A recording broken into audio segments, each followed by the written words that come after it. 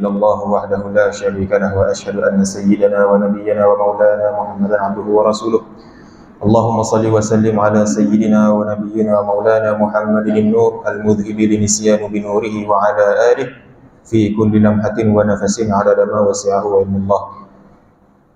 أما بعد. Apa khabar semua? Sihat alhamdulillah.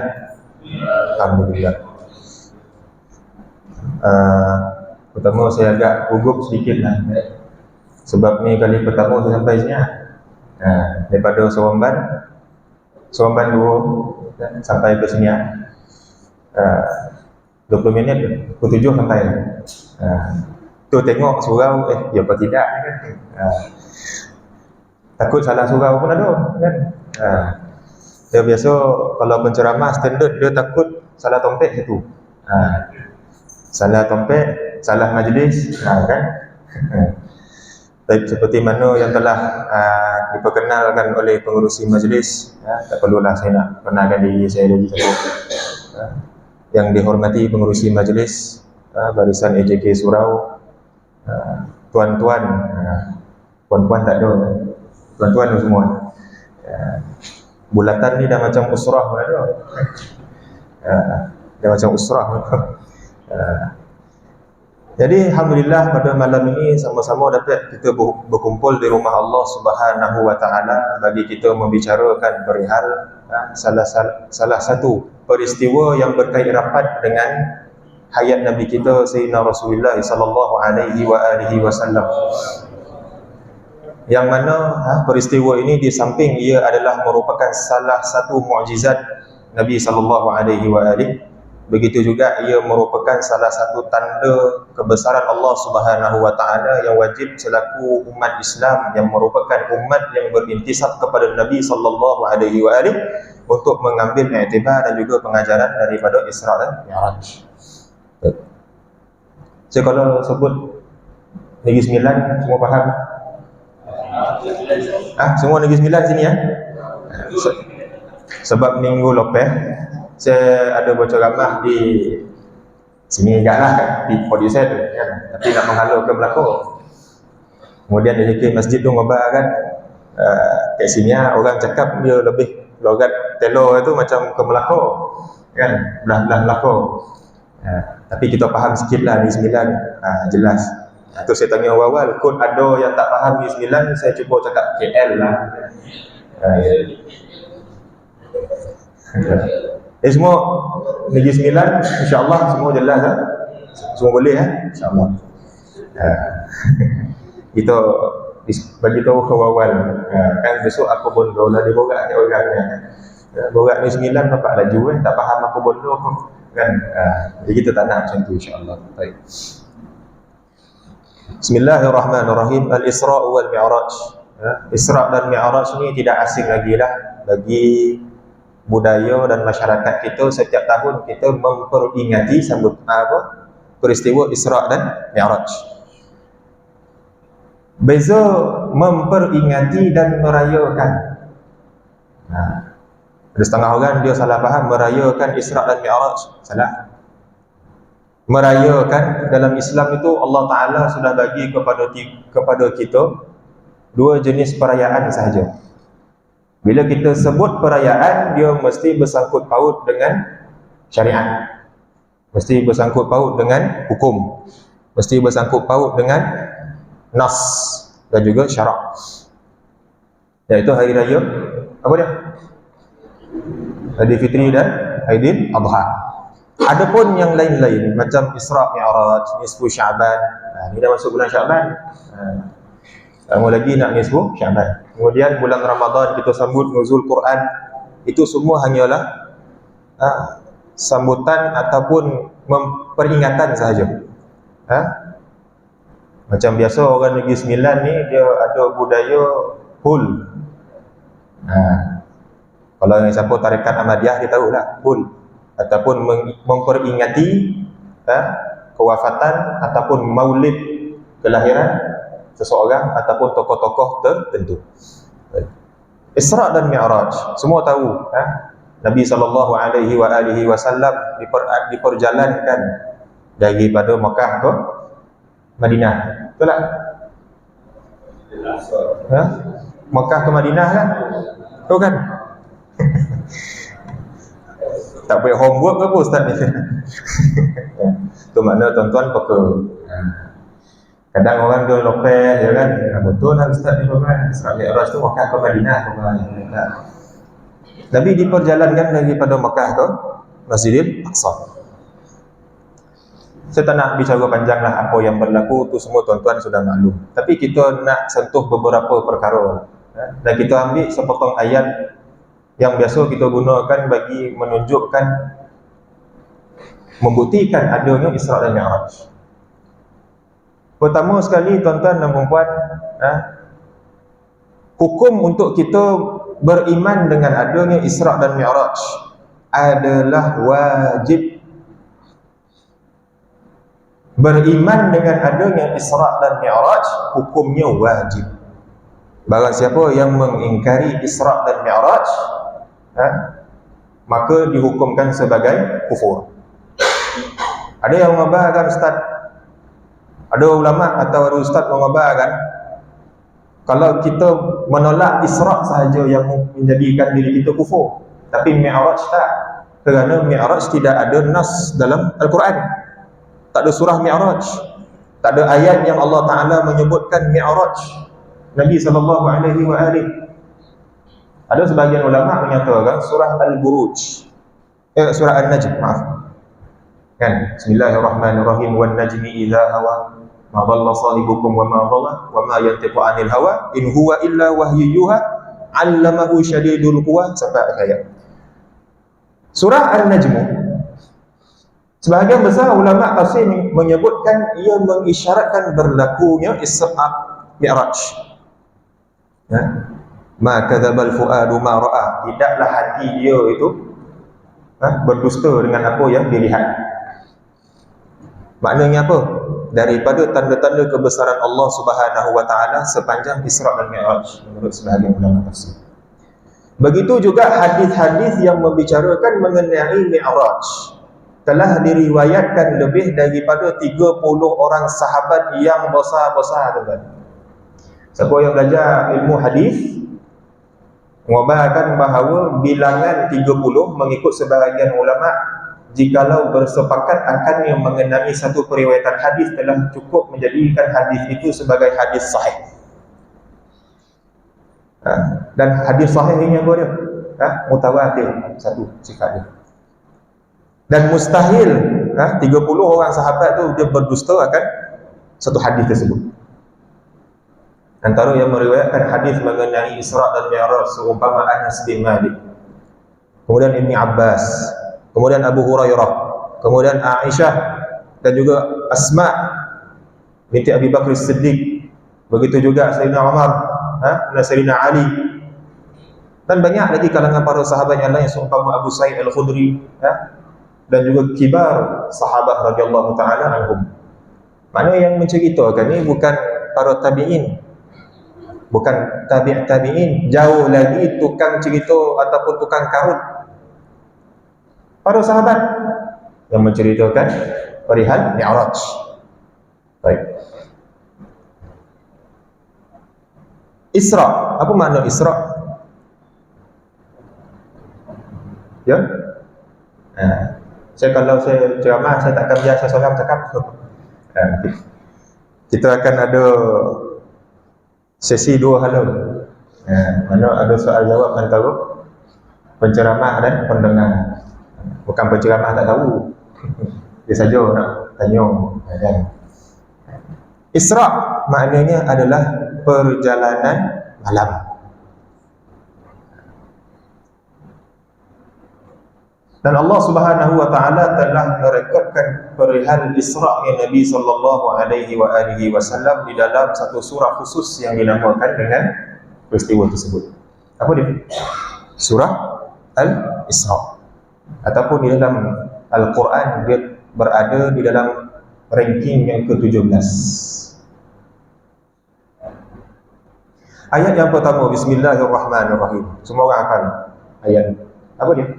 Bismillahirrahmanirrahim. Subhanalladzi asra bi'abdihi lailan minal masjidil haram ilal masjidil aqsa alladzi barakna haulahu linuriyahu min ayatina innahu huwas sami'ul basir.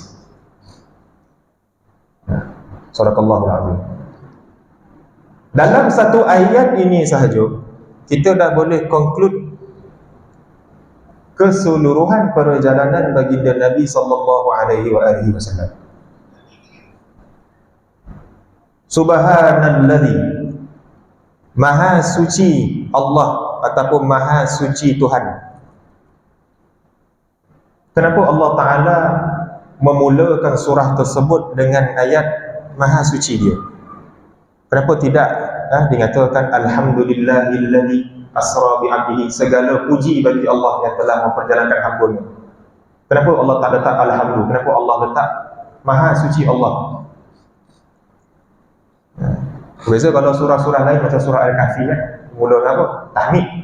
Alhamdulillahilladzi anzala ala 'abdihi al-kitab sampai akhir ayat.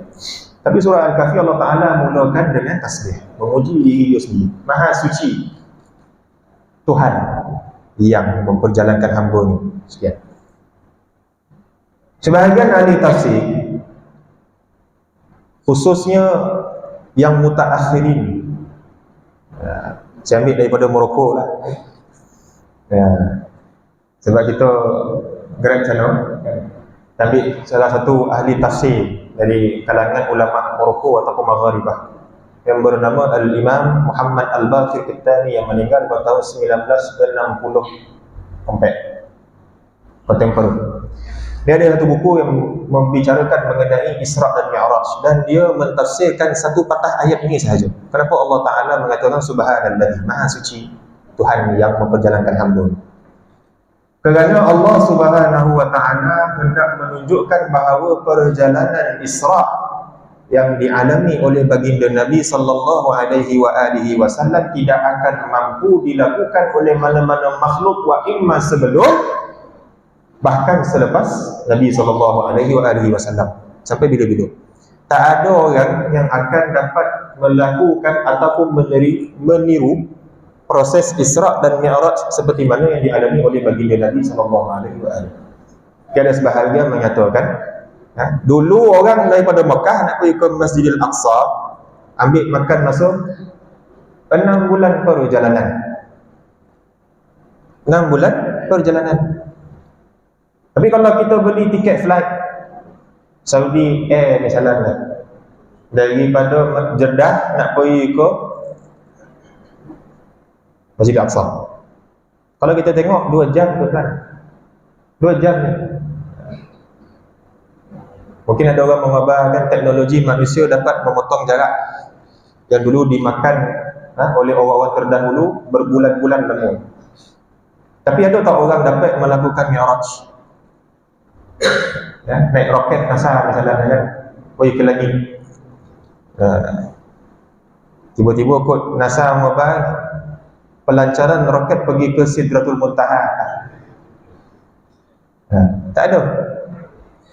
Belum ada teknologi manusia daripada zaman Rasulullah sampailah hari ini, dan bahkan sampai hari kiamat tidak akan ada yang dapat meniru perjalanan Isra' dan Mi'raj seperti yang dialami oleh baginda sallallahu alaihi wasallam.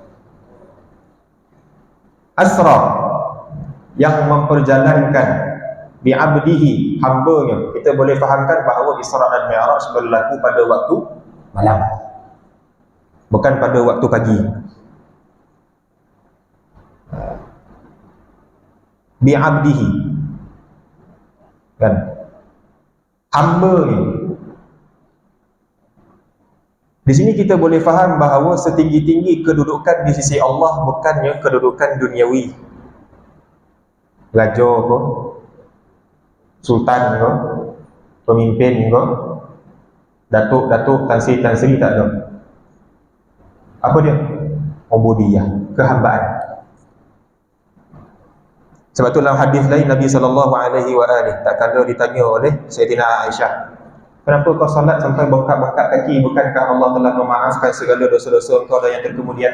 Apa jawab Nabi? Afala akunu 'abdan syakura. Tidak bolehkah aku menjadi seorang hamba yang bersyukur?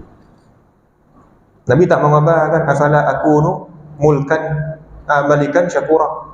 Tidak bolehkah aku menjadi seorang raja? Walaupun Allah Ta'ala telah mengurniakan kepada Nabi SAW kunci perbendaharaan langit dan bumi, tapi Nabi mengabarkan hamba. Dan kita boleh faham juga Isra' dan Mi'raj berlaku secara jaga dengan ruh dan jasad. Lepas tu kalau kita buka dalam kitab Asy-Syifa karangan Al-Imam Qadhi Iyad, Asy-Syifa bi ta'rifi huquqil Mustafa sallallahu alaihi wasallam, karangan Qadhi Iyad, ulama Maroko juga. Beliau mendatangkan perkataan ulama-ulama yang menyatakan adakah Nabi SAW diperjalankan secara jaga, yakni tubuh dan juga roh, ataupun secara roh sahaja, yakni mimpi. Jadi jumhur ulama, khususnya ulama hadis, bersepakat bahawa Nabi SAW diisrakan dan dimi'rajkan ke langit dengan roh dan jasad. Kerana jikalau mimpi, orang-orang Makkah takkan hantam Nabi SAW. Seperti mana akan kita sebutkan nanti. Maknanya, apa yang berlaku selepas Isra' dan Mi'raj? Minal Masjidil Haram, daripada Masjidil Haram di Makkah, ilal Masjidil Aqsa, ke Masjidil Aqsa yang sekarang berada di Palestin. Alladzi barakna haulahu, yang telah kami berkati sekelilingnya. Keberkatan apa yang berada di sekeliling Masjidil Aqsa? Ulama tafsir menyatakan terdapat pada sekeliling Masjidil Aqsa dua jenis keberkatan.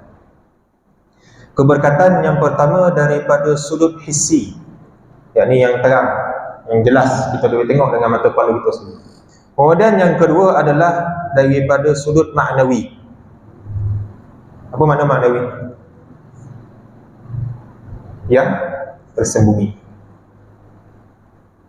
Keberkatan daripada sudut hissi ataupun secara nyata adalah tumpuan masyarakat ataupun orang ramai daripada serata pelosok dunia ke Masjidil Aqsa. Yang boleh kita tengok pada hari ini, tiga agama yang dominan di atas muka bumi ini menjadikan Masjidil Aqsa sebagai tempat suci. Yang pertama apa dia? Agama Yahudi. Yang kedua agama Kristian. Yang ketiga Islam. Jadi bila banyak penziarah, ekonomi naik, betul tak? Kan? Bila banyak pelancong, ekonomi sebuah negara itu meningkat. Jadi itu adalah barakah daripada sudut hissi yang kita nampak. Yang kedua, yang hissi juga adalah banyaknya tumbuh-tumbuhan, apa dia? Pokok. Apa yang terkenal dekat Baitul Maqdis ni? Pokok apa? Pokok manggis. Pokok rambutan. Kan ada durian daripada Jerusalem. Kok orang pergi Masjidil Aqsa, kau jangan lupa bawa durian daripada Baitul Maqdis ya. Pokok apa tuan-tuan? Pokok zaitun. Sekeliling Masjidil Aqsa ada banyak pokok zaitun. Apa yang membuktikan pokok zaitun ni adalah pokok yang diberkati? Kalau kita buka dalam ayat Al-Quran yang lain, yang ayat Allahu nurus samawati wal ardh, mathalu nurihi kamishkatin fiha misbah, sampailah min syajaratin zaitunatin mubarakatin, yang mana minyak pelita tu daripada apa? Pokok zaitun yang diberkati. Allah Ta'ala sendiri mengabarkan pokok zaitun ataupun buah zaitun, apa sahaja terhasil daripada zaitun adalah mubarakah, yang diberkati. Makna diberkati itu bukan sampai kita nak kena tabarruk, ambil berkat, nak kena rusak-rusak pokok zaitun, asal nampak pokok zaitun ambil berkat di tabarruk ke apa. Ada Allah Ta'ala gambar barakah, kita tabarruk. Tak, maknanya barakah lain, bukan barakah yang kita faham daripada sudut Ahlussunnah wal Jamaah, ambil tabaruk ataupun kesan barakah daripada orang-orang soleh, tak. Kemudian barakah yang kedua adalah maknawi, yang kita tak nampak. Apa dia? Masjidil Aqsa adalah kiblat para anbiya sebelum Nabi sallallahu alaihi wasallam. Semua nabi telah sampai ke Masjidil Aqsa. Nabi Isa, Nabi Daud, Nabi Sulaiman, para nabi dari kalangan Bani Israel khususnya, semua dah sampai ke Masjidil Aqsa. Jadi bila ada para nabi ataupun orang-orang saleh mendatangi satu kawasan, satu tempat, maka tempat tersebut adalah tempat yang diberkati. Tapi kita nampak tak barakahnya? Tak nampak. Mana barakah yang daripada sudut maknawi ni, kita tak nampak dengan mata kepala kita. Tapi secara ilmunya, secara pemahaman kita, benda tu ada, wujud. Alladzi barakna haulahu linuriyahu, agar kami dapat tunjukkan kepadanya. Pada siapa? Rasulullah sallallahu alaihi wasallam. Min ayatina, beberapa tanda-tanda kekuasaan kami. Ayat,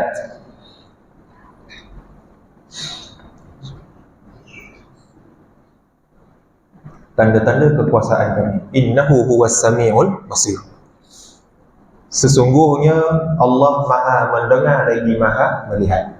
Ada 3 persoalan di sini. Cerita mengenai Allah Ta'ala memperjalankan hamba-Nya untuk melihatkan tanda-tanda kebesaran ni. Kenapa Allah Ta'ala tutup dia Maha mendengar dan Maha melihat? Kenapa dia tak mengabarkan dia Maha berkuasa atas segala sesuatu? Innahu ala kulli syai'in qadir. Kenapa tak diletakkan ayat tersebut? Kenapa Allah Ta'ala mengabarkan innahu huwas samiul basir, dia Maha mendengar lagi Maha melihat? Ia mengisyaratkan apa yang berlaku sebelum Isra dan Mi'raj. Apa yang berlaku sebelum perjalanan tersebut?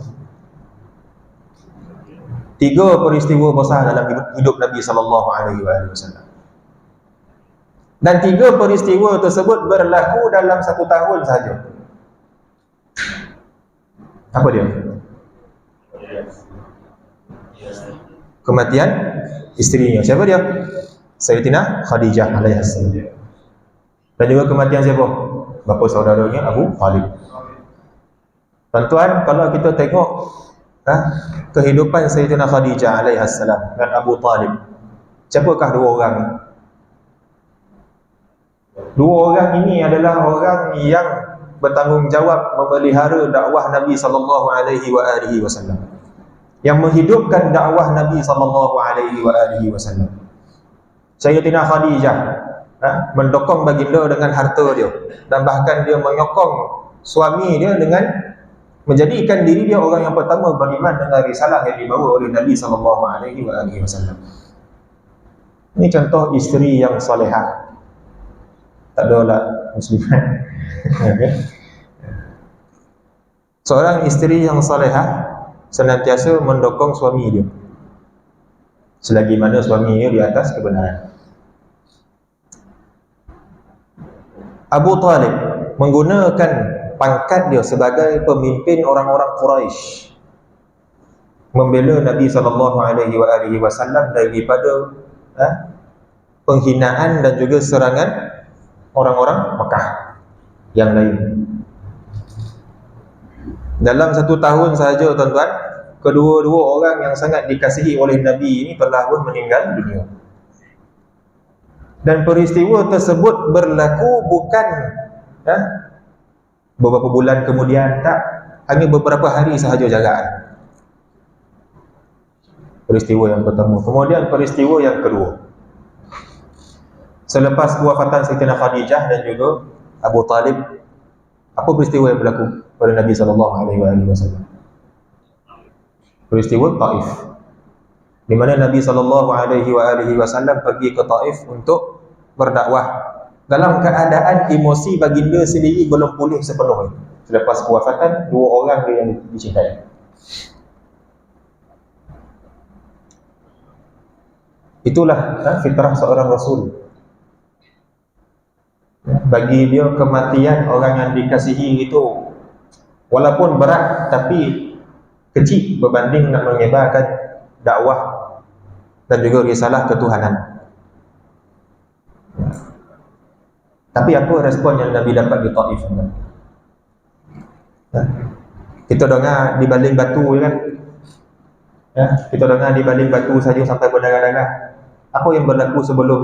Menurut Ibnu Sa'ad di dalam tarikhnya ataupun di dalam tabaqatnya, Nabi sebelum dia datang di tengah-tengah kota Taif, Nabi mendatangi dahulu rumah ketua kampung dia dulu. Di sini kita dapat belajar satu diplomasi daripada Rasulullah. Sebelum kita nak berdakwah dekat satu tempat, sebelum kita nak masuk dalam masjid ataupun surau ataupun tempat perhimpunan sesuatu masyarakat, kita kena jumpa ketua masyarakat dahulu. Itu adab dan sunnah yang diajar oleh Nabi SAW. Jadi bila Nabi mengabarkan berimanlah kepada Allah, kufurkanlah Tuhan-Tuhan selain dia, apa jawab ketua tersebut, ketua Taif? Dia mengabarkan kepada para hamba dia, wahai sekalian hamba-Ku, hamba abdi dia, kau angkat lelaki ini, kau keluar dari rumahku. Bayangkan tuan-tuan, Nabi sedang duduk di hadapan, datang orang-orang Taif, angkat lengan Nabi, diangkat Nabi, dihumban keluar daripada rumah ketua Taif tersebut. Bayangkanlah kan, aku tak nak dapat gambaran tu, saya tengah ceramah ni, tiba-tiba kok ngobar kan, cakap saudara dia kan, angkat keluar, semua tiba-tiba saya tengah ceramah, ada orang angkat lengan, buka umbat keluar. Itu yang dialami oleh Nabi SAW menurut Ibnu Sa'ad. Dan setelah itu tu yang berlaku, Nabi di balik batu sampai berdarah-darah kaki dia. Dan bersama baginda ketika itu tidak lain seorang sahabat rapat dia. Siapa dia? Zaid bin Harithah radhiyallahu ta'ala. Kemudian Nabi sampai di kebun milik Utbah bin Rabi'ah. Kan? Cerita bertemu dengan khadam ataupun yang menjaga kebun anggur milik Utbah bin Rabi'ah. Nabi SAW, bayangkan tuan-tuan, dalam keadaan emosinya tidak lagi sembuh dengan kewafatan dua orang tercinta tersebut, tambah pula dengan layanan buruk orang-orang Taif. Kita hari ini patut bersyukur tuan-tuan, Taif telah pun diislamkan sejak zaman Rasulullah. Jadi tempat Islam. Lepas tu tuan-tuan kalau pergi umrah, pergi ke Taif, betul tak? Apa buat ke Taif? Beli strawberry. Orang apa? Kalau kau pergi Mekah, kau pergi lah Taif. Buah-buahan kat Taif besar-besar, sodak, mani. Strawberry besar berumbuk. Pergi Taif orang kan. Pergi ziarah-ziarah tu orang bapa sampai ingat je. Orang bapa pergi Taif macam pergi Cameron tuan. Nabi dalam keadaan lemah dan sedih. Kemudian Nabi mengangkat tangan dia. Doa yang masyhur disebutkan dalam Sahih Bukhari kalau tak silap saya, ataupun dalam Musnad Imam Ahmad. Allahumma inni ashku ilaika dha'fa nafsi wa quwwati. Perkataan pertama yang disebut oleh Rasulullah sallallahu alaihi wasallam apa dia? Ya Allah, aku mengadu kepada Engkau akan kelemahanku dan kelemahan diriku ataupun kekuatanku. Nabi mendatangkan punca doa tersebut kepada diri dia. Kalau kita tuan-tuan, apa benda kita mengadu ke Allah? Ya Allah, orang Taif buat dan macam ni. Dia baling dan dengan batu, berdarah-darah kaki dan aku dizalimi ya Allah. Betul tak? Tapi Nabi tak, Nabi meletakkan diri dia sebagai punca doa tersebut. Bukan nak menyalahkan diri dia sendiri, tak, tapi nak menunjukkan bahawa kehambaan Nabi SAW. Dia mengadu akan kelemahan diri dia. Dia tidak menyalahkan orang Taif. Dia tidak menyalahkan budak-budak Taif yang baling batu kat dia. Tak. Kemudian datang Jibril alaihi salam. Offer kepada Nabi sallallahu alaihi wasallam dua gunung yang besar di Taif. Ya Rasulullah, kau pilihlah antara dua gunung ni mana yang kau nak aku timpakan ke atas orang-orang Taif. Apa jawab Nabi sallallahu alaihi wasallam? Jawab baginda, tidak perlu. Tidak perlu. Walaupun teruknya orang Taif melayan Nabi waktu itu, tuan-tuan. Akan tetapi Nabi sallallahu alaihi wasallam mendoakan pula bagi orang-orang Taif, aku berharap supaya akan lahir daripada sulbi-sulbi mereka orang yang mempertahankan Islam. Kalau kita, tuan-tuan, diberi dua gunung yang besar, dekat nak dihimpapkan dekat orang yang buat zalim kat kita, adakah kita akan pilih salah satu daripada dua gunung tersebut? Ataupun kita akan pilih dua-dua? Ataupun kita akan ngobarkan, aku nak semua gunung dan bukit yang ada kat Taif ni kau himpapkan kat atas orang dia. Dia marah kan? Ya. Beza kita dengan Rasulullah, kan? Walaupun Rasulullah sallallahu alaihi wasallam adalah manusia, tapi bukan seperti manusia biasa. Ya Muhammadun basyarun, Rasulullah adalah manusia, laisakan basyari, dia bukan seperti manusia biasa. Secara logik akal, ada tak orang yang menolak permintaan tersebut kalau dalam keadaan yang sedemikian? Mengikut akal kita lah, tak akan ada.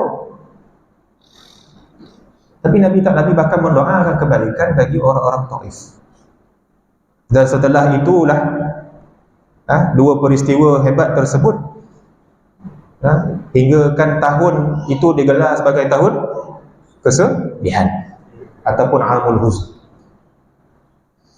Dua tragedi yang menimpa Nabi dalam satu tahun saja dipanggil sebagai Amul Huzn.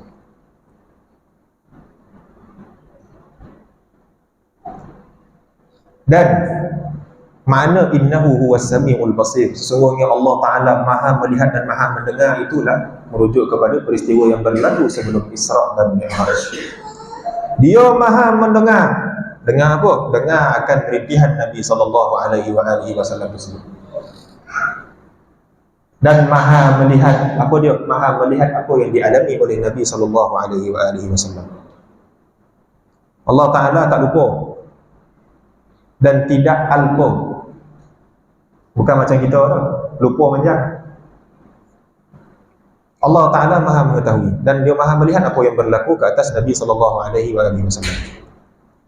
Sebab itulah Allah Ta'ala memuliakan Nabi sallallahu alaihi wasallam selepas peristiwa-peristiwa tersebut dengan Isra dan Mi'raj. 8.35 baru masuk mukadimah. Tak Isra lagi, tak tidur lagi ni. Baru cerita, baru habis tahun kesedihan dulu. Mungkin ke bawah lah kursi.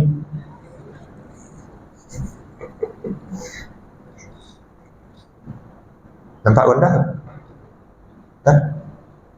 Ni tak ke bawah lagi kan? Tak golak kat orang kat luar nanti. Isra dan Mi'raj. Macam mana kita sebutkan, dia diriwayatkan banyak di dalam kitab-kitab hadis, tapi sekadar memadai kita potong beberapa riwayat sahaja, iaitu riwayat Anas, Ibnu Abbas, yang mana dua-dua ini diriwayatkan oleh Bukhari, Muslim dan juga Imam Ahmad dalam Musnad. Nabi sallallahu alaihi wasallam seperti mana diriwayatkan oleh Anas, diperjalankan daripada Masjidil Haram, ketika itu Nabi sedang tidur di dalam hijai Ismail.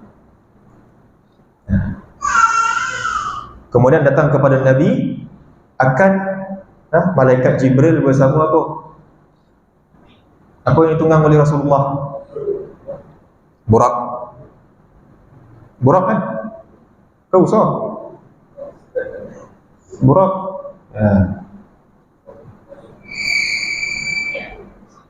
Kemudian Nabi menceritakan sebelum baginda naik ke Burak, baginda dibaringkan oleh malaikat Jibril alaihi salam. berhampiran dengan telaga Zamzam dan dibelah dada baginda sallallahu alaihi wasallam. Kalau kita buka dalam kitab-kitab sirah, pembelahan dada baginda sallallahu alaihi wasallam ini hanya berlaku 3 atau 4 kali mengikut jumhur riwayat. Kali pertama Nabi dia belah dada dia masa bila? Fardu ain ni. Masa baginda 6 tahun. Di mana? Perkampungan Bani Sa'ad. Masa Nabi kecil lagi. Kalau kita baca kan, Nabi didatangi oleh malaikat, dibelah dada dia dan dicuci dengan air Zamzam. Ataupun dalam riwayat Bukhari menyatakan air yang putih dan lebih sejuk daripada salji. Dan peristiwa yang berlaku sebelum kenabian Rasulullah dipanggil apa? Irhas. Mana benda yang mencari adat yang berlaku kepada seseorang sebelum dilantik menjadi Nabi ataupun Rasul dipanggil irhas. Mana kalau dalam ilmu akidah, benda tu dicerita mengenai perkara-perkara yang mencari adat. Adapun yang berlaku selepas kenabian dipanggil apa? Mukjizat. Jadi selepas baginda dibelah dada dia, dicuci hati dia apa semua, barulah Nabi sallallahu alaihi wasallam nak naik apa? Burak. Nabi menceritakan burak ini dia lagi besar daripada keldai, tapi kecil sikit daripada bagal. Ada beza ke keldai dengan bagal? Besok kalau kita tergambar bagal itu keldai kan? Sama kan? Kalau kita buka dalam mu'jam ataupun kamus-kamus tradisional bahasa Arab mengabarkan bagal adalah keldai yang bercampur dengan kuda. Dia keldai ini jadi apa? Omak abah memang daripada keldai, spesies sama. Tapi kalau bagal ni wa imma omak ataupun abah kuda. Itu dia kacuk. Terima kasih kan. Dia kacuk antara keldai dengan kuda. Waktu Nabi nak naik burak tersebut, burak tu seakan-akan dia, kalau bahasa New Zealand ni dia panggil terkelucek sikit lah. Dia melawan sikit. Kalau bahasa kita ngapain terkelucek. Macam kita lah kalau nak naik kuda kan, bayar RM5. Bukan kita naik kuda pergi lagi tu tak, pusing tu ya, bayar RM5 kan. Kalau kita nak naik kan kuda tu macam dia melawan sikit. Kemudian malaikat Jibril khabar kat burak, Nabi Muhammadin tafa'alu hakadha, adakah kepada Muhammad engkau buat macam ni? Ini Rasulullah. Dengar kan? Tidak ada orang yang lebih mulia daripada Nabi sallallahu alaihi wasallam. Barulah burak tu tunduk. Barulah dia memudahkan Nabi untuk naik. Daripada Mekah Nabi diperjalankan ke Masjidil Aqsa. Dan ada jugalah riwayat-riwayat lain mengatakan Nabi ada berhenti di beberapa tempat sebelum sampai ke Masjidil Aqsa. Ada transit bukan terus direct flight pergi Masjidil Aqsa. Ada yang mengabarkan pergi ke Tursina, ada yang mengabarkan berhenti di makam Nabi Musa seperti mana yang diriwayatkan oleh Imam Ahmad. Baginda sallallahu alaihi wasallam melihat Nabi Musa solat di dalam kubur dia.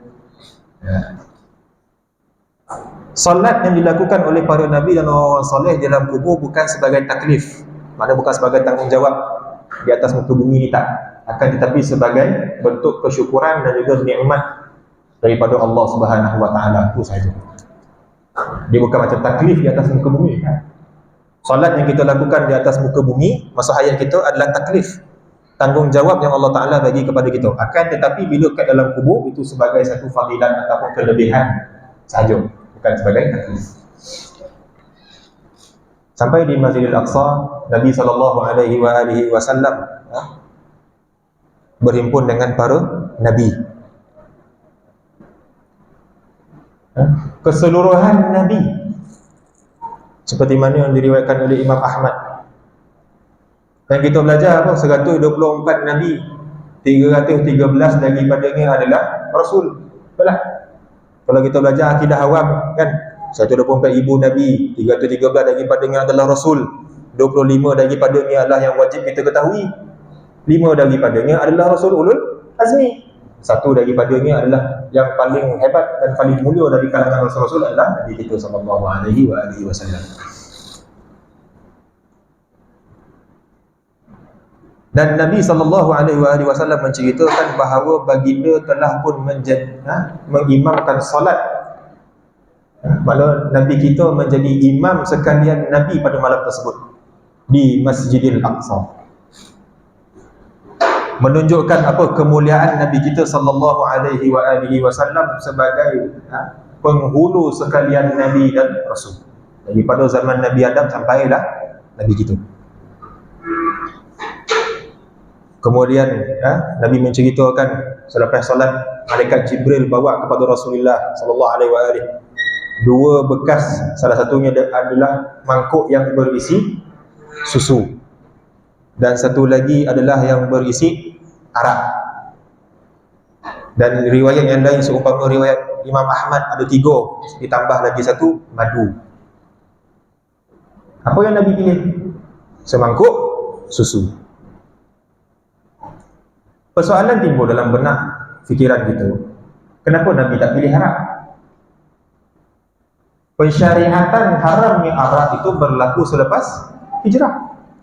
Isra Mi'raj berlaku sebelum hijrah. Dan meminum arak pada waktu tersebut sebelum pengharaman tidak dikira sebagai satu benda yang buruk. Nak menunjukkan kepada kita bahawa Nabi sallallahu alaihi wasallam sejak daripada kecil sampailah dia wafat, dia tidak pernah bercampur dengan benda yang kotor, hatta sekecil-kecil perkara. Betul kalau kita baca lagi kitab sirah, khususnya yang diriwayatkan oleh Imam Ahmad dan juga Al-Bukhari, waktu Nabi masuk remaja kan, Nabi dengar ada pesta keramaian di kota Mekah. Kemudian Nabi khabar ke kawan dia, kau jaga kambing-kambingnya dan nak pergi tengok festival ke Mekah, kawan. Belum Nabi sampai ke tempat itu, Allah Ta'ala menidurkan Nabi sallallahu alaihi wasallam. Dan perkara tersebut berlaku 2 ataupun 3 kali. Dan Nabi tak sampai pun dekat keramaian tersebut. Kerana apa? Keramaian pada zaman jahiliyah penuh dengan benda-benda yang mungkar, maksiat. Nak menunjukkan pentarbiyahan Allah Subhanahu wa taala yang menjaga Nabi sallallahu alaihi wasallam daripada perkara-perkara yang mencidakan. Cida ni apa maknanya? Yang mencederai kepribadian dia. Dipanggil cida. Hatta sekecil-kecil perkara. Jadi bila Nabi pilih susu, malaikat Jibril kata apa? Asartal fitrah. Kau telah memilih fitrah. Dan daripada Masjidil Aqsa, Nabi diangkat ke langit. Inilah yang dipanggil sebagai Mi'raj. Anas menyatakan, pada langit yang pertama, kan 7 langit kalau kita baca Isra dan Mi'raj. Setiap lapisan langit ditembusi oleh Nabi berjumlah berapa? 7. Sampailah ke Sidratul Muntaha. Pintu di langit tidak buka secara open. Setiap langit ada pintu dia. Dan jikalau dah melalui sebuah langit, dia akan lalu pintu di langit yang seterusnya. Dia bukan maknanya first checkpoint dah terbuka, dia akan terbuka sampai ke atas, tak. Rasulullah menceritakan, pada langit yang pertama, Jibril mengetuk pintu langit yang pertama. Kemudian malaikat yang di dalam menyatakan, siapa di belakang pintu? Jangan tanya saya, Ustaz, macam mana pintu langit? Tuan-tuan nak tahu kaedah, kalau kita tak jumpa dalam Quran ataupun hadis ataupun pandangan ulama satu benda yang kita tanya tu, benda-benda gaib ni, kau nak mati dulu lah jawab tu. Betul tak? Sebab dalam riwayat Abu Daud, Rasulullah mensifatkan roh orang beriman dengan orang-orang kafir. Diangkat ke langit tu macam mana? Nak tahu pintu langit macam mana, kau nak mati dulu lah. Yang tanya pintu di langit tu kayu jati ke? Ya. Pintu itu ada letak apa asap ke kan? Imajinasi gitu banyak bermain-main waktu kalau kita baca satu buku kan. Ya. Sekadar kita cukup beriman jalan ya, jangan tanya banyak. Cakap awal-awal kan kita buka Q&A kan ada apa Ustaz pintu langit macam mana kan? Jadi Jibril menjawab, Jibril, kau seorang kau? Malaikat di dalam tengok. Bersamaku adalah Muhammad sallallahu alaihi wasallam. Apa jawab malaikat tersebut? Dia tak tanya siapa Muhammad. Dia tak tanya siapa Muhammad. Apa jawab malaikat di setiap langit yang menjaga pintu-pintu langit tu? Para malaikat menyatakan, Abu Isa ilai, adakah dia telah diutuskan? Maknanya apa tuan-tuan? Allah Ta'ala telah memperkenalkan Nabi kita sallallahu alaihi wasallam semenjak di langit lagi sebelum diutuskan ke bumi.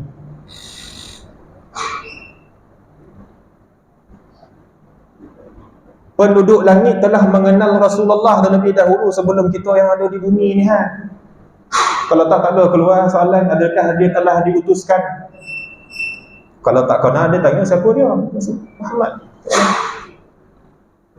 Jadi Jibril menjawab, dia telah diutuskan. Kemudian masuklah ke langit pertama. Nabi SAW berhimpun dengan siapa?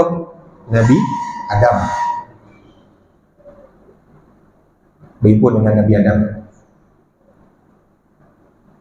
Kemudian Rasulullah dalam riwayat lain menyatakan dia melihat Nabi Adam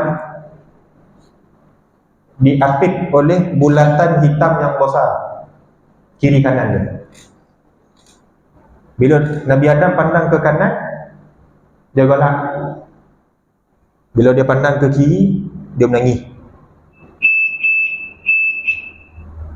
Dia tak ada beduk kan? Tadi ada beduk kan, maghrib tadi kan? Jadi Rasulullah tanya, kenapa dia buat macam tu? Dia pandang kanan tergalak, pandang ke kiri dia menangis. Jibril mengabarkan di bahagian kanan Nabi Adam adalah penama-penama ahli syurga dari kalangan anak keturunan dia. Jadi bila dia tengok, dia tergalak. Galak tu bukan makna galak terbahak-bahak macam kita kan? Macam kita tengok cerita kelakar kan? Makna tergalak-galak tu maknanya dia riang. Dia suka melihat ada anak cucu dia yang berjaya masuk ke dalam syurga. Kita tak riang ke kalau ada anak kita, keluarga kita yang berjaya? Secara fitrah kita akan riang. Betul tak? Ke ada yang tak riang kalau anak dia berjaya? Abah anak kau itu penyamun, bukan nak jadi ni tu. Ada. Secara fitrahnya seseorang itu berbangga apabila ada kerabatnya yang berjaya ataupun melakukan satu kebaikan. Kemudian bila ditoleh ke kiri, Nabi Adam menangis. Jibril mengatakan itulah penama-penama dari kalangan keturunan yang masuk dalam api neraka. Sebab tu dia menangis kerana kasihan ke ada anak keturunan dia yang masuk ke dalam api neraka. Kemudian Jibril mengabarkan inilah Adam bapa engkau, ucapkanlah salam kepadanya. Kemudian Rasulullah sallallahu alaihi wasallam mengucapkan salam kepada Nabi Adam. Apa jawab Nabi Adam? Marhaban bi ibni salih wa nabi salih. Selamat datang kepada anak yang saleh, kerana dia daripada zuriat Nabi Adam dan seorang nabi yang saleh. Kemudian dia mendoakan Rasulullah dengan kebaikan. Kemudian naik ke langit yang kedua pun sama juga peristiwa yang dialog antara malaikat Jibril dengan penjaga langit yang kedua. Sebab kita nak potong masa ni, ingat. Seminggu lepas sampai 9.30 full version je lah. Full version sampai 9.30 ni sebab kita sudah ni kita pendek sikit skrip je. Semua boleh baca dalam kitab-kitab sirah. Kemudian dia bertemu dengan Nabi Yahya. Jibril mengucapkan, inilah Nabi Yahya, saudara kau. Kerana para nabi itu saling bersaudara antara satu sama lain. Kemudian Nabi ucapkan salam kepada Nabi Yahya dengan Nabi Isa. Kemudian mereka menjawab, marhaban bi akhin salih wa nabi salih. Selamat datang kepada saudara kami yang saleh dan seorang nabi yang saleh. Kemudian keduanya mendoakan Nabi dengan kebaikan. Naiklah ke langit yang ketiga pun sama juga, bertemu dengan Nabi Yusuf, pun diucapkan salam, kemudian Nabi Yusuf doakan. Kemudian langit yang keempat bertemu dengan Nabi Idris. Kemudian yang kelima bertemu dengan Nabi Harun. Yang keenam bertemu dengan Nabi Musa. Dan yang ketujuh berhimpun dengan Nabi Ibrahim alaihissalam. Jibril mengabarkan ini adalah Nabi Ibrahim, bapa engkau, ucapkanlah salam kepada dia. Nabi mengucapkan salam kepada Nabi Ibrahim alaihissalam. Nabi Ibrahim mengabarkan, marhaban bi ibni salih wa nabi salih. Selamat datang kepada anak yang saleh dan seorang nabi yang saleh. Kerana apa? Nabi kita sallallahu alaihi wasallam adalah salah seorang daripada zuriat Nabi Ibrahim. Maknanya proses yang kita cerita tadi itu sama je. Setiap langit yang ditempuh oleh Rasulullah sama je. Maknanya sebelum buka pintu kemudian malaikat Jibril menunjukkan ini Nabi fulan, ucapkanlah salam, kemudian Nabi-Nabi tersebut mendoakan baginda, semua sama. Nabi Ibrahim di langit yang ketujuh, dia bersandar di masjidnya para malaikat. Apa dia? Baitul Ma'mur. Kita nak dekat raya ni kan, kan tempah kuih raya yang bernama kuih Ma'mur. Orang dengar Baitul Ma'mur dia akan terbayang kan, kuih Ma'mur signifikan sama lah kan. Tapi Baitul Ma'mur ni adalah Kaabah dan masjidnya para malaikat. Dan menurut ahli tafsir dan ahli hadis, Baitul Ma'mur di langit bersetentang dengan Kaabah yang berada di bumi. Akan tetapi malaikat Jibril mengabar kepada Rasulullah, Baitul Ma'mur ini hanya akan diziarahi oleh 70,000 malaikat setiap hari. Dan bila dia orang dah masuk, dah beribadah ataupun dah bertawaf akan Baitul Ma'mur, dia keluar daripada Baitul Ma'mur, dia tidak akan masuk semula ke dalam tempat tersebut selama-lamanya. 70,000 tuan-tuan setiap hari. Setiap hari 70,000 itulah satu peluang saja sepanjang hayat. Bukan seumur hidup, sepanjang hayat. Tak masuk dalam Baitul Ma'mur lagi, first and last. Beza dengan kita, setiap tahun pergi haji, setiap tahun pergi Mekah kan? Jadi bersyukurlah kita sebagai umat Nabi SAW, kerana ada pensyariatan haji dan umrah, tidak ada had. Dan bahkan ibadah haji dan umrah seperti mana disabdakan oleh Nabi SAW dari riwayat Ahmad, di antara Jumaat ke satu Jumaat, di antara satu umrah ke satu umrah, dan di antara satu haji kepada haji yang lain, kedua-dua antara duanya adalah kafarah bagi dosa-dosa antara dua tersebut. Lepas tu pergi sembahyang Jumaat kan. Kita umat Nabi SAW ni mudah. Allah Ta'ala nak ampunkan kita ni mudah, terlalu mudah. Tapi kita yang tak bersyukur. Orang-orang Yahudi dulu, kau nak bertaubat tuan-tuan, dia sama ada kena bunuh diri saja. Tak ada pilihan lain. Taubat nasuhah bagi kita kan, cukup sekadar bertaubat dan menyesali dosa-dosa kita yang silam kan. Akan tetapi orang Bani Israel, orang Yahudi terdahulu, taubat nasuhah mereka satu saja, bunuh diri. Lepas tu surah Al-Baqarah, bila mereka telah pun melakukan dosa syirik, kemudian nak memohon ampun kepada Allah Ta'ala, apa jawab Nabi Musa? Faqtulu anfusakum, bunuhlah diri kalian. Itu satu-satunya jalan untuk menebus dosa-dosa kalian. Jadi bersyukur tuan-tuan. Antara satu Jumaat ke satu Jumaat yang lain, itu sudah menjadi kafarah dosa bagi kita. Dengan syarat pergi sembahyang Jumaat, jangan diambil. Nabi tak khabar pergi sembahyang Jumaat. Nabi khabar antara hari Jumaat ke hari Jumaat, kafarah dosa. Yalah, tapi apa yang signifikan pada hari Jumaat tu? Sembahyang Jumaat. Bila sembahyang Jumaat? Tak ada free-free macam tu je. Itu mudah-mudahan kan. Kemudian antara satu haji ke haji yang lain, umrah pada umrah yang lain, itu adalah kafarah dosa. Jadi bersyukurlah kita menjadi umat Rasulullah SAW. Ada duit banyak, banyak-banyaklah duit umrah, banyak-banyaklah duit haji. Ini kita duit banyak berjuta-juta, pergi haji tu agak-agak kau rasa nak tercabut nyawa pun nak pergi. Kan? Duit banyak nak pergi mana? Pergi London dulu. Nak pergi Europe dulu, nak pergi US dulu. Nak pergi shopping, nak pergi berjalan. Bila nak pergi umrah, nak pergi haji, belum sampai suruh. Pandai gona lah. Ya. Dah hujung-hujung, dah so nak bertaubat kan. Barulah nak pergi umrah, barulah nak pergi haji. Ya. Itulah gagam orang kita kan. Tak semua, sikit, segelintir. Yang abang sepukul ratus semua pula. Segelintir. Kemudian Nabi SAW daripada langit yang ketujuh, Nabi diangkat ke Sidratul Muntaha. Dan di Sidratul Muntaha inilah Nabi SAW dibukakan hijab mendengar kalamullah yang qadim lagi azali.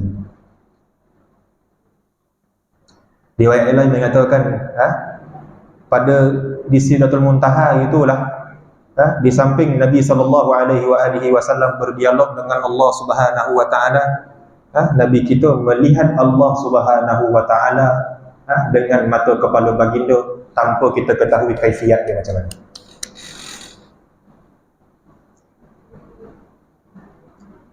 Sebahagian orang dia agak mengingkari Nabi melihat Allah Ta'ala dengan mata kepala. Kerana apa? Dia mengabarkan seakan-akan ada unsur tajsim, ada unsur tashbih, seakan-akan nak menyamakan Allah dengan makhluk. Kerana apa? Kalau melihat sesuatu perkara atau melihat satu objek, mesti ada arah. Seperti mana saya dekat depan, tuan-tuan melihat saya ada arah tuan-tuan masing-masing.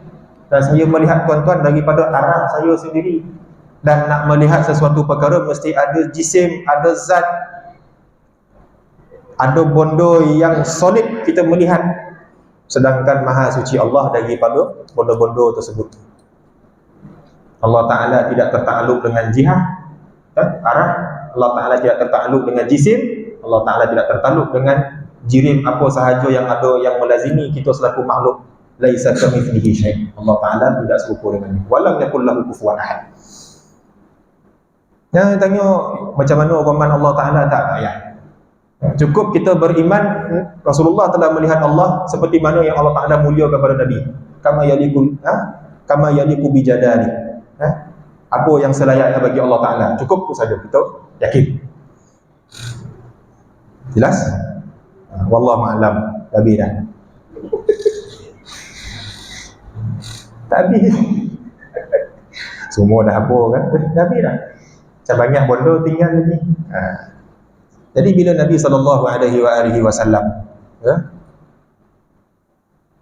berhimpun dengan Allah Subhanahu Wa Taala tanpa kita ketahui bagaimana ia, Allah Ta'ala telah mengurniakan kepada Nabi SAW 3 anugerah yang tidak pernah diberikan kepada mana-mana Nabi sebelum baginda. Apa dia? Yang pertama adalah salat. Cerita salat ni tak payahlah saya nak cerita macam mana turun naik berjumpa dengan Nabi Musa tu semua tuan-tuan maklum. Daripada 50 jadi 45 sampailah jadi 5 tu tak payah kita nak cerita, tu semua maklum. Sampai 9.5 kan. Kemudian yang pertama salat. Yang kedua adalah khawatimul Baqarah, penutup beberapa ayat penutup di dalam surah Al-Baqarah. Billahi ma fis samawati wa ma fil ard, sampailah wansurna ala qaumil kafirin. Kemudian yang ketiga adalah umat Nabi sallallahu alaihi wasallam diampuni dosa-dosa mereka melainkan syirik. Dan tuan-tuan, 3 anugerah ini diterima oleh Nabi sallallahu alaihi wasallam di langit, bukan di bumi. Bukanlah dalam kitab-kitab tafsir, kitab hadis, kitab sirah. Semua Nabi daripada zaman Nabi Adam sampailah Rasulullah kan, kecuali yang 3 perkara tersebut, kesemua pensyariatan mereka diterima di bumi. diterima di bumi, kecuali 3 perkara tersebut diterima di langit. Tak bangga ke kita tuan-tuan? Ibadah solat kita diperintahkan oleh Allah di langit. Dan pahala solat tu seperti mana disebutkan dalam riwayat Ahmad, ya? Allah Ta'ala berfirman kepada Rasulullah sallallahu alaihi wasallam, 5 waktu solat tersebut ganjarannya menyamai 50 solat yang mula-mula ditaklifkan tersebut. Mula-mula diberi 50, kemudian diturun menjadi 5. 5 waktu itu memadai 50 solat yang mula-mula diwajibkan ke atas kita.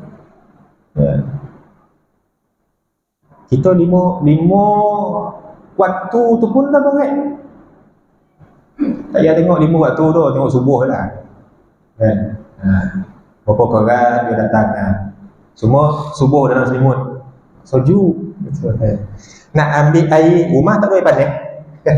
Nak ambil air pagi buta tu kan, sejuk menggolintin, menggolintin. Kita tak baca lagi hadis yang lain. Nabi SAW bersabda, ataupun ada yang mengatakan hadis kudusi, barang siapa yang bersusah payah dalam mengerjakan ibadat, ada antaranya apa?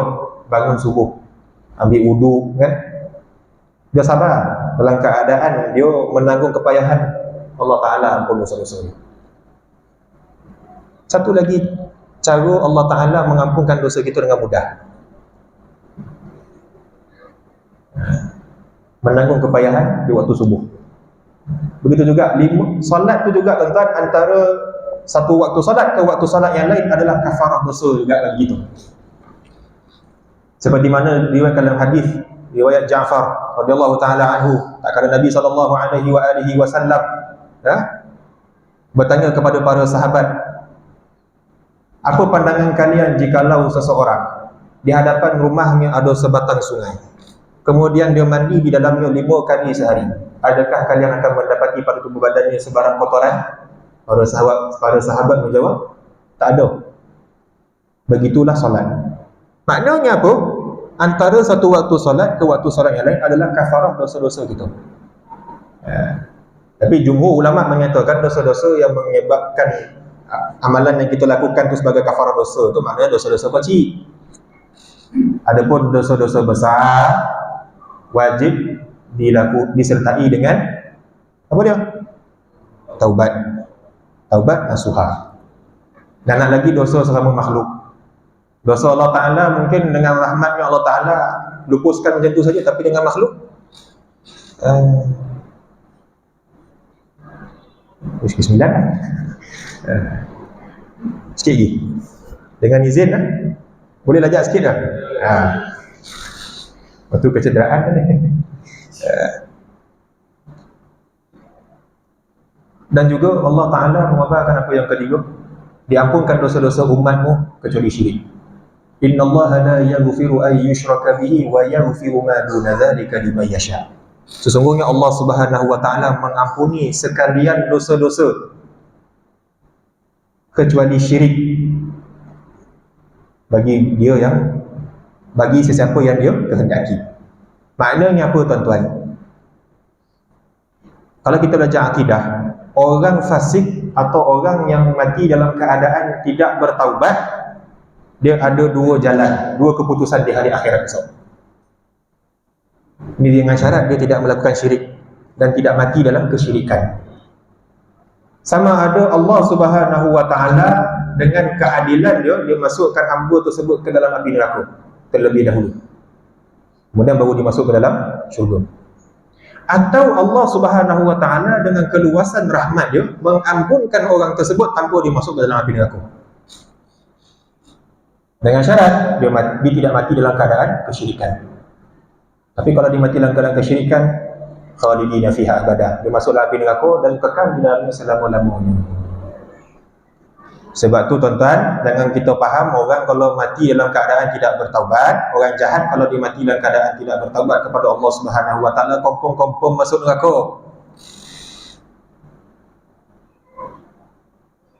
Jangan kita beriktikad seperti iktikad kaum Khawarij yang mengobarkan orang yang melakukan dosa besar mati dalam kekafiran. Tak, ahli sunnah tidak mengkafirkan pelaku dosa besar.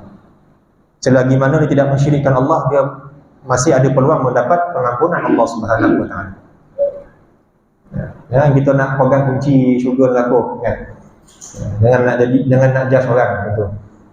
Rahmat Allah itu sangat luas. Dan kita short terus pada apa yang dinampak oleh Nabi sallallahu alaihi wasallam. Ketika Nabi masuk ke dalam syurga, Nabi terbau satu wangian, kemudian Nabi tanya kepada Jibril, "Wahai Jibril, bau apakah ini?" Jibril menyatakan, "Ini datang daripada tukang sikat si puteri Firaun." Yang kita khabar siapa? Masyitah. Masyitah ni tuan-tuan, bukan maknanya nama orang. Salah faham kita bayang, kita khabar bila kita baca Masyitah ni memang nama dia Masyitah. Tak. Masyitah itu maksud dia kata kerja daripada mashtun, sikat. Masyitah jadi fa'il, kata kerja bagi pelaku adalah tukang sikat. Nama tak tahu siapa. Ya, cerita yang kita maklum tu lah. Sikat dia terjatuh, dia mabah, dia sebut Allah. Kemudian puteri Firaun tu mabah, kau khabar abah dia enggak? Sebab dia, ayah dia kan Firaun mengaku Tuhan. Adakah kau maksudkan ayah aku? Dia ngabarkan, tak, aku maksudkan Tuhan aku dan Tuhan engkau. Adakah ada Tuhan selain ayah aku? Tukang sikat tersebut mengabarkan, ada. Tuhan aku adalah Tuhan kau dan juga Tuhan bapa kau. Ya, jangan dibayangkan dia cakap ni 9, tak. Tapi dialog itu. Rabbi wa rabbuka wa rabbu abik. Tuhan aku adalah Tuhan kau dan juga Tuhan bapa kau. Tapi sebab ni 9 kan, dia tekankan bapa kau tu. Jadi dihadapkan ke Firaun mengabarkan, betul ke ada Tuhan selain aku? Cakap ada. Dia adalah Allah, Tuhan aku dan Tuhan kau. Jadi dijatuhkan hukuman. Firaun suruh hamba-hamba dia menyediakan satu binaan tembaga yang berbentuk kerbau ataupun lembu yang diperbuat daripada tembaga, khas untuk tukang sikat. Bayangkan tuan-tuan, di depan mata dia ada lembu tembaga yang di bawah ada api yang sedang menyala. Mana macam oven kan? Mengangur macam tu. Dan diheret ahli keluarga dia di hadapan mata dia. Satu persatu dihumban masuk ke dalam tembaga yang tengah panas tersebut. Sambil disaksikan oleh orang-orang Mesir dan juga Firaun. Macam show.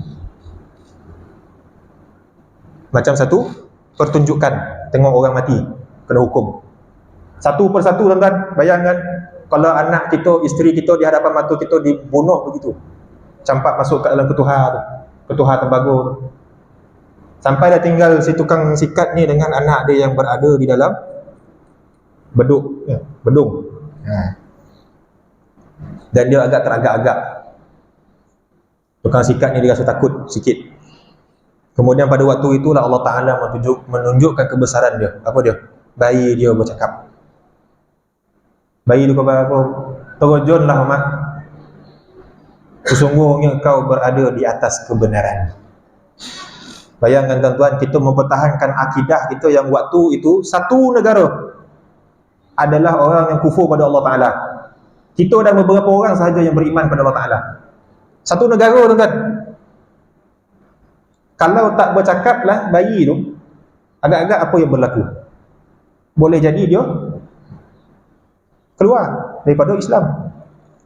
Akan tetapi Allah Ta'ala menunjukkan kebesaran dia, menunjukkan dia ni benar.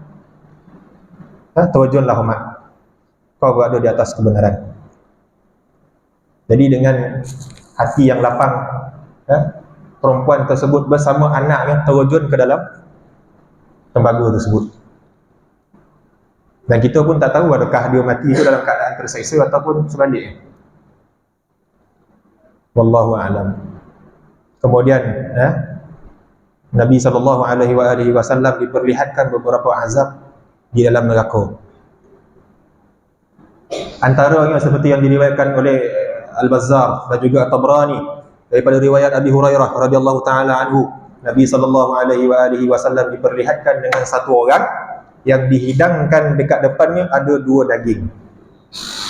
Satu daging yang baik dan satu daging yang busuk. Macam kita lah, kalau kat depan kita ada daging yang busuk, dah berulat dengan ada wagyu salannya. Ya. Kita pilih mana? Mestilah pilih wagyu, kan? Wagyu dah lah mahal. Kau nak pergi makan dekat Semandua tu, beratus. Tak? Ya. Grade A1, A5. Ya, ada lah grade-grade dia. Secara fitrah kita akan ambil yang baik. Akan tetapi orang yang dalam neraka tersebut dia ambil yang buruk. Dan dia ratah daging yang berulat, yang busuk tu dengan selera, dengan berselera, pelahap. Dunia. Ya. Kalau kita dekat depan tu dah muntah tu. Daging berulat kita tengok orang makan berselera tak tu. Apa jawab? Apa Nabi SAW tanya? Wahai Jibril, apa orang ni kenapa? Jibril menjawab, ini adalah orang yang diberi pilihan untuk melakukan sesuatu yang halal, akan tetapi dia memilih yang haram. Apa dia? Zina. Allah Ta'ala telah bagi kepada kita jalan yang halal. Apa dia? Berkahwin. Tapi kita memilih zina. Tuan-tuan, kalau kita tengok di dalam sosial media, Twitter ke, Facebook ke, TikTok ke, jangan terkejut kalau ada dari kalangan orang kita sendiri, orang Melayu Islam, jual badan tanpa segan silu.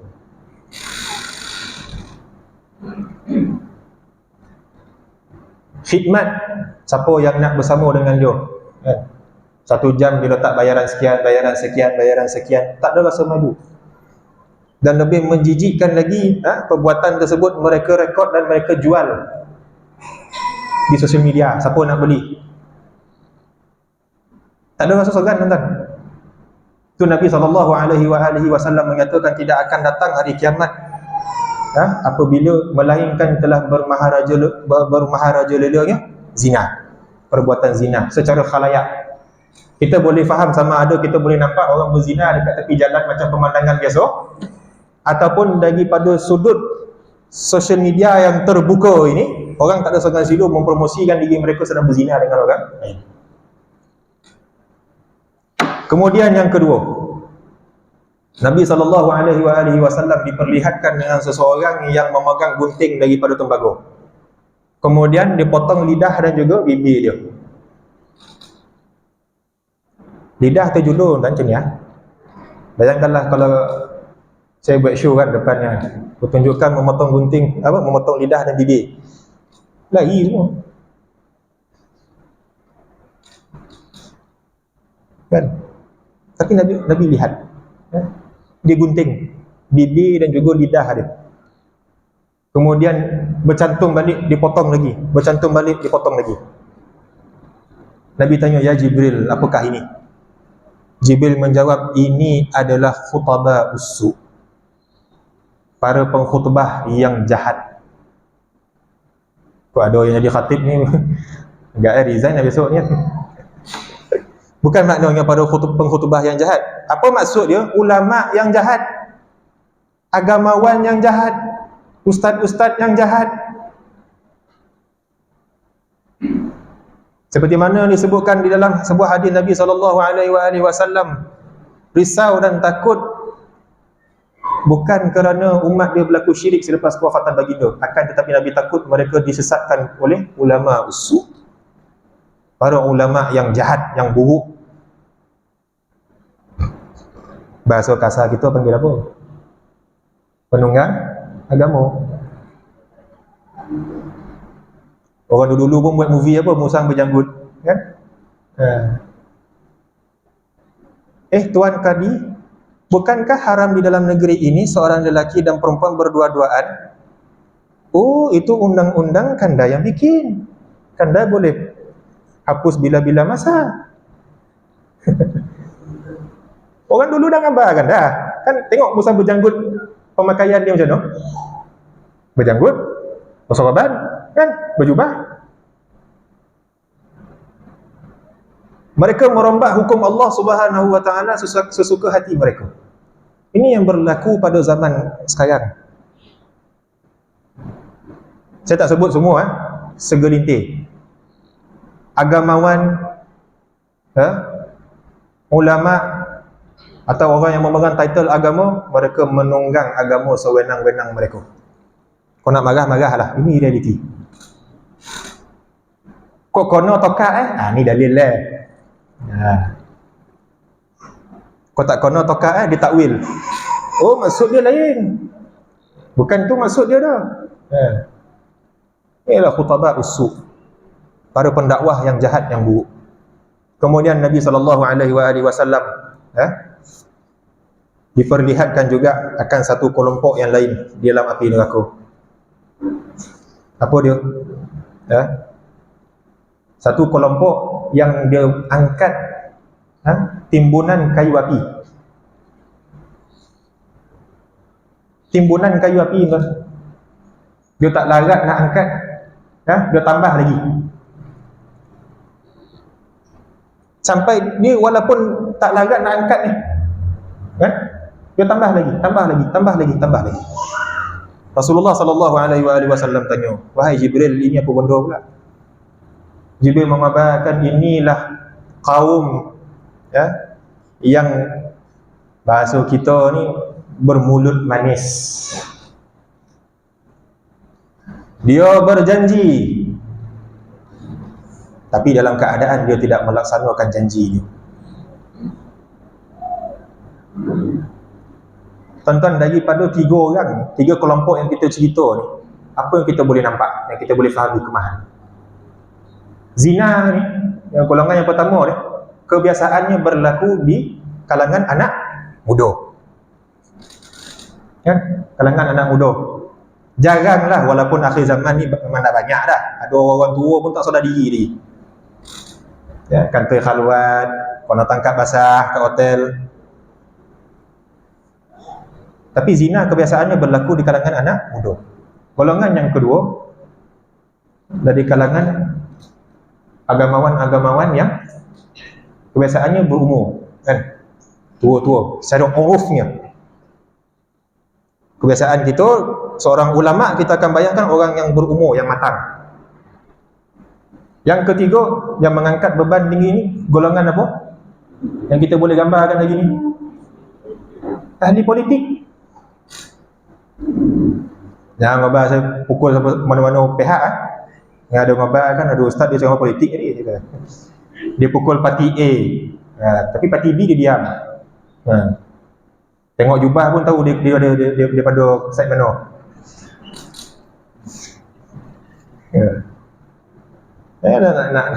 Saya tak ada khabar mana-mana pihak, tapi kita boleh relatekan kebiasaannya orang yang banyak berjanji tapi tak buat ni siapa? Para pemimpin, ahli-ahli politik. Berjanji-janji kan. Dengan lagi, ni saya tak sebut dalam politik, kita sebut daripada sudut apa yang kita nampak. Manifesto sebelum pilihan raya kan. Ceritanya. Saya janji akan buat ni. Bila dah menang, senyap. Ni kita tak ada pukul mana-mana don ke apa, tak ada. Wallahi wa billahi wa tallahi. Sama benda ni dah berlaku zaman dulu. Semenjak wafatan Rasulullah hari. Bani Umayyah ke, Abbasiyah ke, Utsmaniyah ke, segala banyak dinasti dalam kerajaan Islam tu semua dah ada banyak. Menteri-menteri, para pembesar-pembesar, dia berjanji sekian, dia tak buat. Dia sekadar nak ambil hati orang saja. Nabi dah gambarkan ni. Kemudian lagi satu, tuan-tuan, Rasulullah melihat satu kelompok kuku dia diperbuat daripada tembaga. Kemudian dia mencakar muka dia, dan dia cakar dada dia.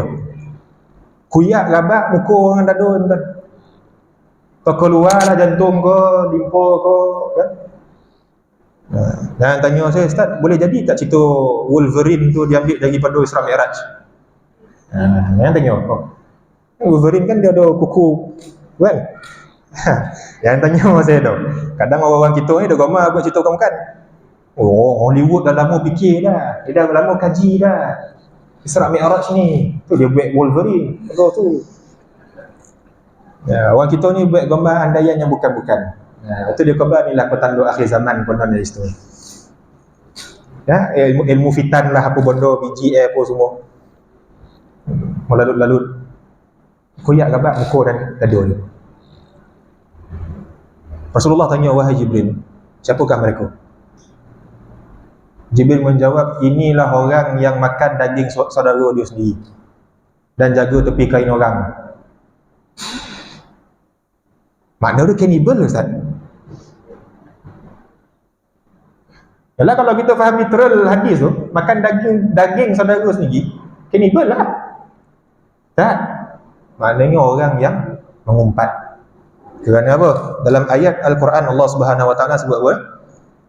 Atuhibbu an ta'kula lahma akhihi maitan fakarihtumuh. Adakah kalian suka jikalau kalian makan daging saudara kalian dalam keadaan dia sudah pun mati? Maknanya apa? Allah Ta'ala mengumpamakan perbuatan tersebut dengan apa? Mengumpat. Dan jaga tepi kain orang. Ni maksudnya bukan kita tak boleh tegur orang macam tu, tak. Kalau kita nampak kemungkaran, kita tegur. Tapi kalau kita busybody manjang, kan? Ni fitnah yang keempatnya kebiasaan kepada siapa? Orang lelaki pun ada juga, tapi kebiasaan lazim kaum perempuan. Makcik-makcik bawang kan, kau ada merewang potong-potong bawang tu, tentulah keluar cerita. Kau tahu tak jiran semalam tu, dia nampak ada lelaki masuk rumah dia lah. Ya kok tak tahu nak ni, mana pada dapat cerita, dia tengok dia tahu lah. Aku bodoh dia buat itu kan. Dia mulut laju sambil tangan dia motong aja. Kemudian dia cerita aib orang, menjaja aib orang, sedangkan benda itu tidak mendatangkan satu zarah faedah pun pada orang tersebut. Tuan-tuan, Nabi SAW dah ajar kita satu guideline. Dalam sebuah hadis yang diriwayatkan oleh Abi Hurairah dalam Al-Muwatta, Rasulullah SAW bersabda, min husnil Islam al-mar'u tarikahu ma la ya'ni. Di antara kesempurnaan Islam, seseorang itu meninggalkan perkara yang tidak ada faedah bagi dia. Sibuk tepi kain orang. Benda tak ada kaitan dengan kita. Kita di hadapan Allah Ta'ala pun takkan kita tanya orang tu buat apa hari. Mungkin dia akan tanya pun, si fulan melakukan, jiran kau ataupun si fulan kenalan kau melakukan maksiat di hadapan mata kau, kenapa kau tak tegur? Itu saja. Dia tak tanya pun kenapa kau tak tengok tinjau dia hari buat apa. Kan macam inspektor pula kan. Siasat apa benda dia buat. Tak ada. Itu adalah beberapa baru, tak masuk semua lagi. Kok semua ni kan sampai ke 10. Tapi cukuplah empat tu sahaja yang kita boleh relatekan pada zaman kita sekarang. Yang lain-lain tu tuan-tuan boleh baca lagi kitab sirah.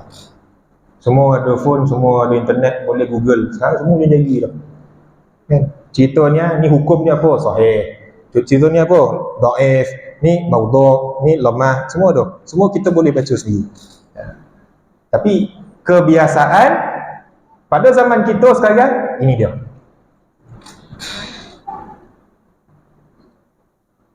Kemudian Nabi SAW pulang ke Makkah.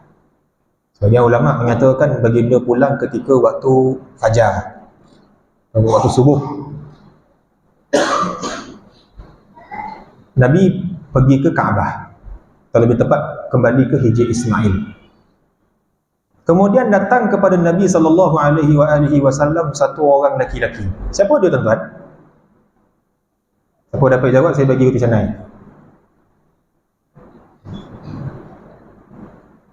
Musuh Nabi yang paling kuat sekali. Siapa dia? Abu Jahal. Pagi-pagi buta, tuan-tuan. Abu Jahal ni morning person. Kan macam kita ada pukul 9 orang bangun.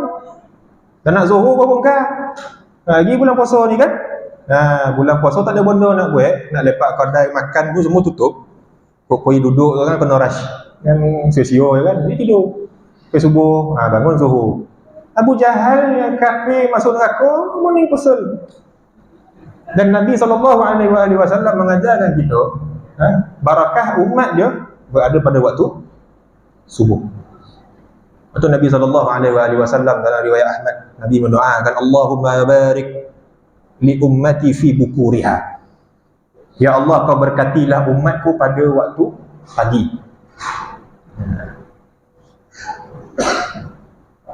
Abu Jahal datang kepada Rasulullah. Wahai Muhammad, kerja Abu Jahal ni hari-hari dia datang kepada Rasulullah, dia tanya, ada benda yang baru tak? Makna dia apa? Abu Jahal ni dia nak cari modal, dia nak bantai Rasulullah. Kok kita lah, kita nampak daripada jauh, kita sisih lah. Balik rumah kita. Loyo pula tengok muka dia ni, balik lah. Tapi kebiasaan hari-hari Nabi didatangi oleh Abu Jahal. Abu Jahal akan tanya kepada Rasulullah, ada apa-apa yang baru? Kemudian Nabi mengabarkan, ada. Apa dia? Malam tadi aku diperjalankan daripada Masjidil Haram ke Masjidil Aqsa.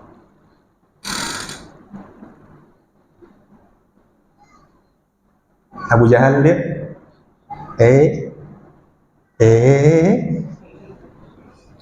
cerita best ni. Modal baik nak bantai dia ni. Zaman Rasulullah orang pergi ke, macam kita cerita kan, daripada Makkah ke Masjidil Aqsa makan masa 6 bulan. 6 bulan pergi, 6 bulan balik. Tapi Rasulullah pergi 1 malam je. Kemudian Abu Jahal tak sayang. Jap. Kau kata kau datang dari engkau semalam daripada Masjidil Haram pergi ke Masjidil Aqsa. Yo. Kemudian kau naik ke langit. Yo, aku cakap dulu. Dan daripada langit kau balik ke Makkah.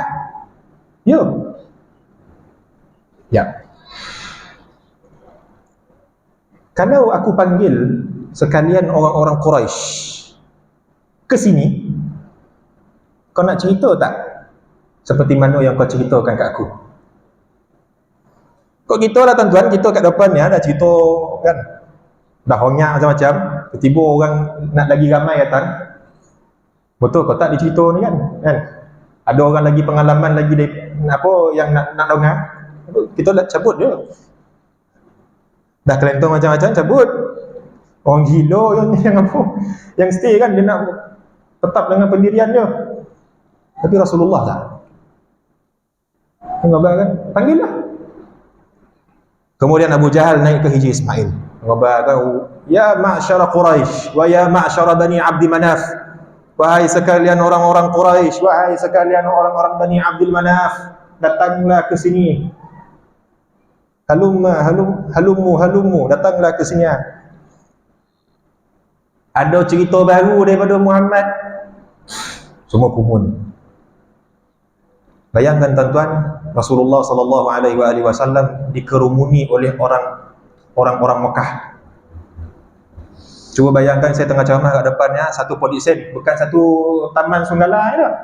Satu podi sen semua bobot-bobot. Macam ceramah perdana kan. Orang dah ramai ni kau ceritalah. Kau Nabi cerita. Aku diperjalankan sekian. Apa reaksi orang Mekah? Dalam riwayat Ahmad, sebahagian orang Mekah buka sawabat. Buat macam ni lah. Letak tangan kat kepala. Ajib, kata. Tengok rambut saya. Rambut kau potong ni. Rambut. Dan ada lagi tuan-tuan, orang-orang Quraisy bila mendengar cerita Rasulullah buat macam ni. Yusaffik, riwayat Ahmad. Mereka bertepuk tangan. Seolah-olah apa yang dicerita oleh Rasulullah itu tidak lain seperti apa? Cerita-cerita dongeng ataupun hikayat-hikayat penglipur lara. Macam kita lah kalau kita tengok teater kan, opera ke apa kan, kita tepuk tangan. Konsert kan. Orang Quraisy bila mendengar cerita Nabi SAW, tepuk tangan. Kemudian datang seorang lelaki, dia ngabarkan, ya Rasul, wahai Muhammad, semua orang tahu di Mekah Nabi tak pernah pergi ke Masjid Al-Aqsa. Dia tak pernah keluar daripada kota Mekah kecuali pergi ke Syam dengan Abu Talib. Dan riwayat lain Nabi pernah ke Bahrain seperti riwayat Ahmad. Itu je tempat overseas yang Nabi pergi. Nabi tak pernah sebut dia cerita pergi Masjid Al-Aqsa. Dia tanya pada Rasulullah, wahai Muhammad, jikalau betul kau pergi ke Masjid Al-Aqsa semalam, kau sifatkan aku macam mana rupa Masjid Al-Aqsa tu, sebab aku pernah ke sana. Kok kita kat tempat ni tuan-tuan, pergi tempat lagilah tak payahlah nak wengak dah, kompong-kompong kata macam tu je. Tapi apa Rasulullah cerita? Rasulullah menceritakan tak kala itu baginda memandang ke depan Allah Subhanahu wa taala mentajallikan Masjidil Aqsa pada pandangan Nabi sallallahu alaihi wasallam. Nabi seorang je tengok, orang lain tak tengok dah.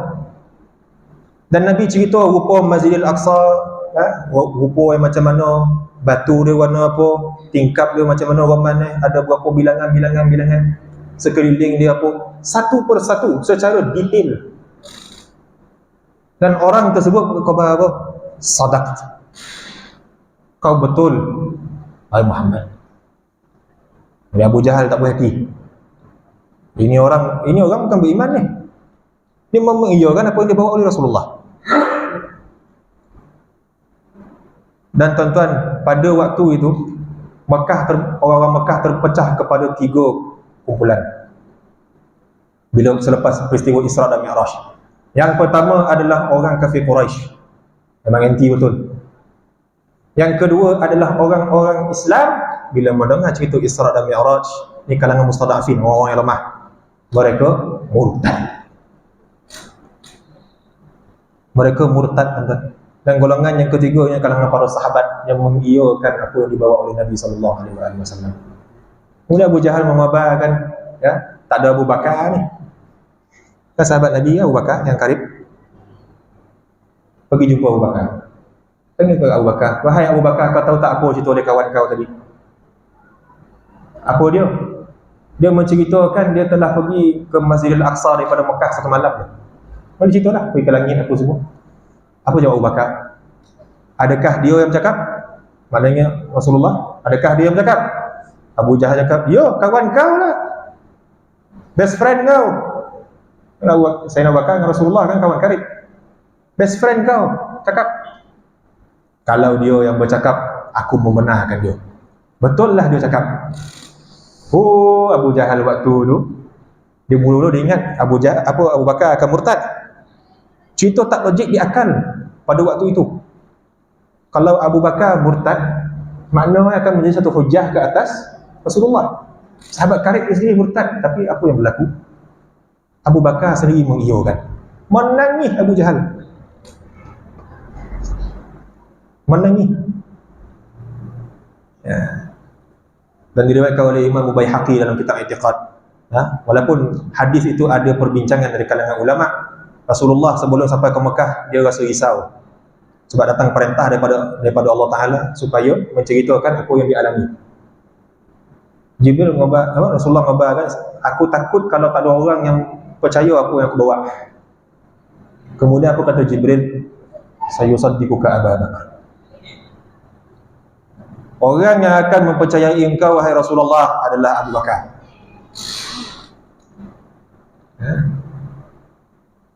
Ya tuan-tuan, betapa susah kalau kita nak hidup zaman Rasulullah. Bayangkan kalau kita berhadapan dengan Rasulullah, kita dengar cerita Isra Mi'raj, adakah kita akan jadi golongan yang mana? Golongan yang kedua ke ataupun yang ketiga? Maknanya orang yang murtad ataupun orang yang kuat dengan keimanan dia. Sebab tu dalam surah Al-Isra Allah Ta'ala khabar apa? Wa ma ja'alna ar-ru'yata allati araynaka illa fitnatan lin-nas. Tidaklah kami jadikan apa yang engkau lihat wahai Rasulullah melainkan sebagai satu ujian kepada manusia. Nak menunjukkan kepada Rasulullah siapa yang benar iman dia, siapa yang penipu. Lepas tu pecah pada 3. orang kafir, yang murtad, dan yang betul-betul beriman. Itulah khulasa Isra Mi'raj. 935 orang. Jadi itulah yang dapat saya sampaikan pada malam ni, tuan-tuan. Saya rasa tak ada soalan kot. Tulis gaso tak ada soalan. Sebelum kita tutup majlis, ada semalam soalan insya-Allah. Yo, saya tahu semua tengah lapar. Saya pun lapar juga. Saya last makan tadi pukul 12, tuan-tuan. Sabarlah. Ada beberapa soalan? Sebelum kita tutup majlis kita insya-Allah.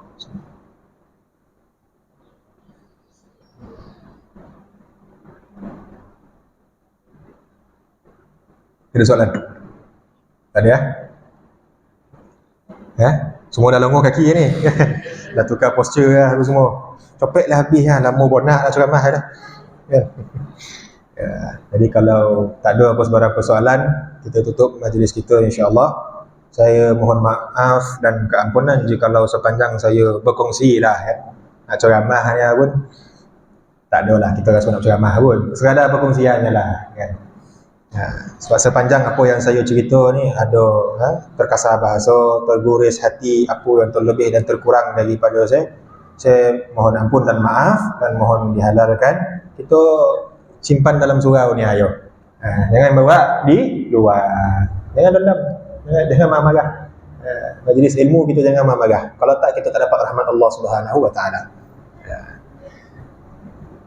Jadi kita tangguh majlis kita insya-Allah. Subhanakallah wa bihamdika asyhadu an la ilaha illa anta astaghfiruka wa atubu ilaik. Amiltu su'a wa dhalamtu nafsi faghfirli fa innahu la yaghfiru dzunuba illa anta. Subhanakallah wa bihamdika asyhadu an la ilaha illa anta astaghfiruka wa atubu ilaik. Amiltu su'a wa dhalamtu nafsi faghfirli fa innahu la yaghfiru dzunuba illa anta. Subhanakallah wa bihamdika asyhadu an la ilaha illa anta astaghfiruka wa atubu ilaik.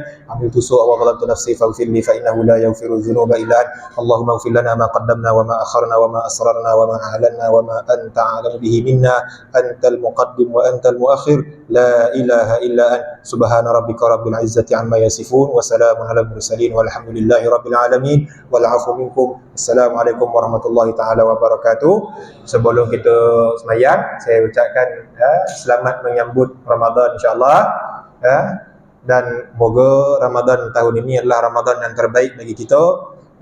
Dan Ramadan yang kita zahirkan ta'abbud ubudiyah kita kepada Allah Subhanahu wa taala, dan dengannya kita keluar daripada Ramadan sebagai orang yang berjaya, orang yang diterima puasa dan amal ibadahnya, dan kita meraihkan hari raya kita, hari raya orang-orang yang berjaya fitrahnya insya-Allah. Wal 'afu minkum. Wassalamualaikum warahmatullahi taala wabarakatuh.